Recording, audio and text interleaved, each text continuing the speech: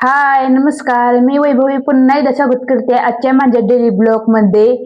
आज गुरुवार आहे, त्यामुळे मी म्हणलं आज शेवटचा गुरुवार आहे, त्यामुळे मला ब्लॉग करूया. आणि माझं पहिल्या गुरुवारी मला अडचणी आल्यामुळे मी 5 पोरं काही जीव घातले नव्हते. आज 5 पोरं जीव घालायचे हे पारायण केलं होतं मी, त्याबद्दल. आता मला करायचं आहे पुरणपोळी स्वयंपाक. इथं बघा पुरण आहे. आता कणी मळून घेते मी, पुरण झालंय आपलं. आणि इथं मी देवाची देवपूजा बी करून घेतली बघा. असं म्हणजे मस्तपैकी मांडून घेतलंय. इथं मी मळायला लागली पीठ. आता लवकर म्हणलं करावा. शिवराजला आणि शिवण्याला नेलं तिच्या पप्पांनी बाहेर. आणि ते दोघं असलेले कडकड करते, म्हणलं बाहेर नाही स्वयंपाक होऊस तर माझा. आज पोरं 5 जीव घालायचं कारण म्हणजे की पहिल्या दिवशी पारायण मी केलं होतं सप्ताह, पण परत मला काय जमलं नाही. म्हणजे शेवटच्या गुरुवारी घालावं म्हणलं, काय अडचण आल्यामुळे पहिल्या गुरुवारी घालू शकली नाही मी. आणि म्हणलं आज घालावं, शेवटचा गुरुवार आहे. आणि आता आम्ही लवकरच घाणगापूरला अक्कलकोटला जाणार आहे. ते बी ब्लॉग तुम्हाला बघायला मिळेल. जर चॅनेलवर नवीन असलात तर चॅनल एक सबस्क्राईब करा. असे तुम्हाला नवीन नवीन ब्लॉग बघायला भेटतील. माझे ब्लॉग कसे वाटतात ते बी कमेंट करून सांगा मला. तर मी पटकन आधी कणिक मळून घेते.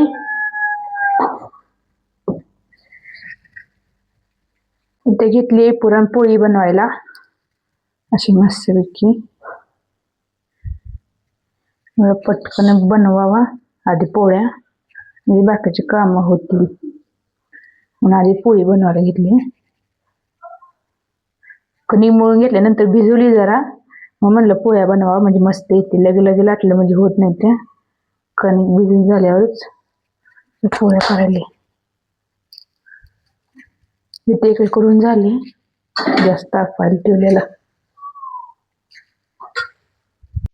इथे केल्या तेवढ्या पोळ्या, इथे केल्या त्या चपात्या. पोळ्या चपात्या झाल्या आहेत. आता करायची भाजी.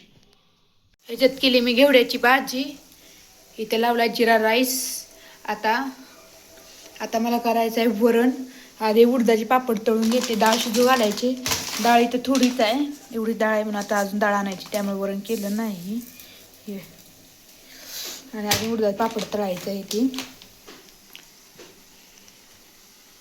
8 पार नगर होता. नगराचा एक राजा होता, त्याचे नाव होते भद्रशाह.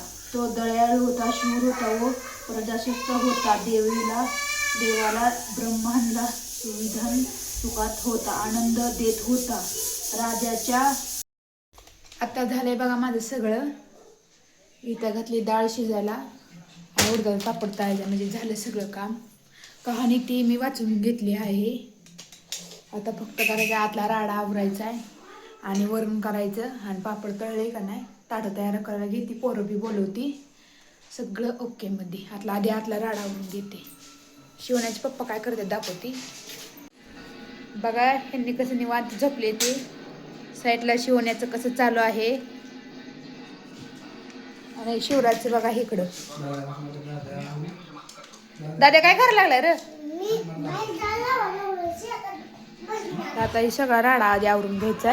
इथे केले होते मी मस्तपैकी असे पोरांसाठी ताट. आधी देवाला नैवेद्य ती दाखवला, आरती केली. आधी नैवेद्याची ताट ती करून घेतली. तर पोरांचे मी पाय धुत होते.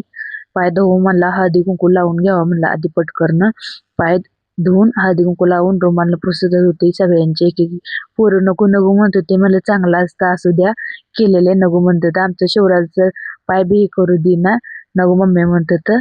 तरी मी त्याचे पाय धुतले सगळ्यांचे बघा.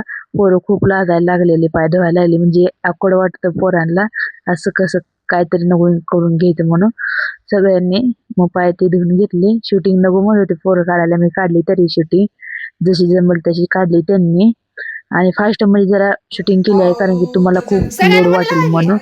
आणि परत गुरुचरित्राचं पारायणचं ते अध्याय त्यांना थोडं हे करायला लावलं. अवधूत चिंतन श्री गुरुदेव दत्त श्री श्री स्वामी समर्थ महाराज की जय म्हणायला लावलं. जेवण करा म्हणलं स्टार्टला. शिवराचं बघा खूप नाटकं चालू होते. शिवण्याला वाटत होते काय द्यायला लागली मम्मा, काय करायला लागली कळलं ना. आणि नंतर मी सगळ्यांना जेवण ती दिलं ताट भरून, परत पाणी ती दिलं. आणि मस्तपैकी पोरं सगळ्यांनी जेवण केलं म्हणजे फुल एकदम. ताटात एक दाण बी ठेवलं नाही म्हणजे सगळं खाल्लं पोरांनी. म्हणलं पोरं गोड पुडी खातात का नाही काय माहित, म्हणलं गोड गोड खूप होतं म्हणलं जिलबी ती खातात का नाही, पण खाल्लं. नंतर मी बी पापड ती तळून घेतलं कारण की पापड कमी पडलं होतं म्हणजे आम्हाला तळलेलंही. नंतर मी बी जेवण करून घेतलं. नंतर असं मस्तपैकी माझं ताट आहे जेवणाचं केलं मी. सगळ्यांची बाकीची जेवण झाली होती, फक्त माझी एकटीचं राहिलं होतं. शिवण्याला झोपवलं, मग म्हणलं आधी जेवण करावा. शिवण्या संग जेवायला लागली म्हणजे खूप ही होतं म्हणलं. एकटं निवांत बसून जेवूयात अर्धा, आणि जेवण केलं पूर्ण ताटातलं संपवायचं. अर्ध अन्न ठेवायचं नाही कधी असं म्हणतात. अन्न ठेवून ताटात म्हणून मी निवांत एकटी जेवत बसलेली. लेकरं झोपली होती, त्यांनी बी गेलं होतं बाहेर. त्यावेळी मस्तपैकी जेवली. आणि ब्लॉग जरा लेट येणार आहे त्यामुळे समजून घ्या तुम्ही. इथं होतं पंचामृत, म्हणलं खाऊन घ्यावं. संध्याकाळ तसंच वाया जायचं म्हणलं, जे रात्री ठेवलं का नाही सकाळी कोण खात नाही म्हणलं, खाऊन घ्यावं म्हणलं पंचामृत मस्तपैकी. आणि व्हिडिओ आवडला असला तर व्हिडिओ लाईक नक्की करा. आणि चॅनलवर नवीन असलं तर सबस्क्राईब करा. भेटूया पुढल्या ब्लॉगमध्ये. तोपर्यंत बाय बाय.